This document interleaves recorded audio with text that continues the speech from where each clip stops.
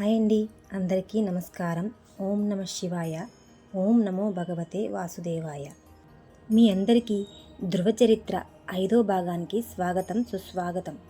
గత భాగంలో సాక్షాత్తు ఆ శ్రీమన్నారాయణుడు తన పాంచజన్యం అనే శంకువుతో ధ్రువుడిని తాకగానే ఆ బాలుడికి సమస్త వేదజ్ఞానం లభించడం చూశాం.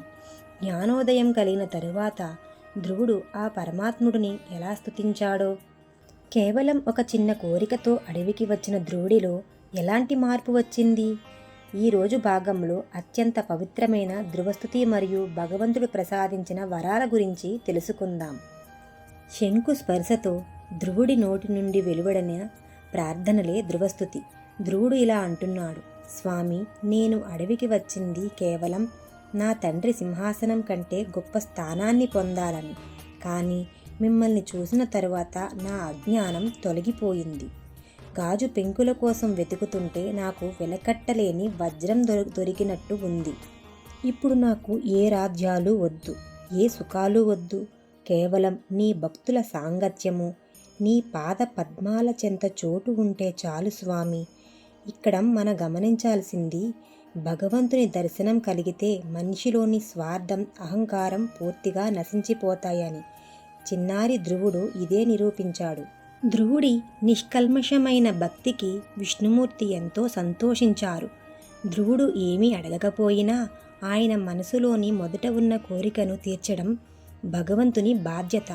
అందుకే ఆ స్వామి ఇలా వరం ఇచ్చారు: ధ్రువ, నీవు పడిన కష్టం నాకు తెలుసు.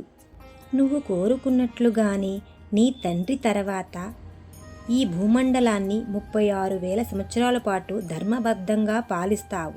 చివరికి ఎవరికీ అందనంత ఎత్తులో ఉన్న ధ్రువపదాన్ని, అంటే ధ్రువ నక్షత్రం, ప్రళయకాలంలో కూడా ఆ స్థానం చెరిగిపోదు.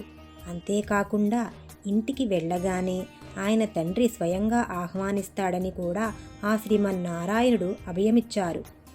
వరం ఇచ్చిన విష్ణుమూర్తి అంతర్ధానం అయ్యారు. కానీ ధ్రువుడు సంతోషపడలేదు. అయ్యో, భగవంతుడు సాక్షాత్కరిస్తే ముక్తిని కోరుకోకుండా నా చిన్నతనంలో ఉన్న కోరిక వల్ల మళ్ళీ రాజ్య సుఖాలను పొందబోతున్నానే అని బాధపడ్డాడు. అయితే భగవంతుడు ఇచ్చినది ఏదైనా అది మన మంచికే అని భావించాలి.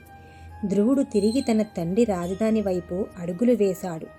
ఒక సామాన్య బాలుడిగా వెళ్ళిన ధ్రువుడు ఇప్పుడు సాక్షాత్తు పరమాత్ముని ఆశీస్సులు పొందిన మహాభక్తుడిగా తిరిగి వస్తున్నాడు.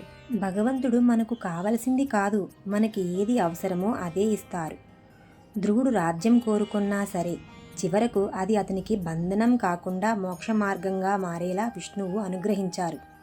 వచ్చే భాగంలో ధ్రువుడు తిరిగి రాజ్యానికి వచ్చినప్పుడు తండ్రి ఉత్తానపాదుడు ఎలా స్పందించాడు, సవితి తల్లి సురుచి ప్రవర్తనలో ఏమైనా మార్పు వచ్చిందా, ఒక అద్భుతమైన పునఃకలయిక గురించి తెలుసుకుందాం. ధన్యవాదములు.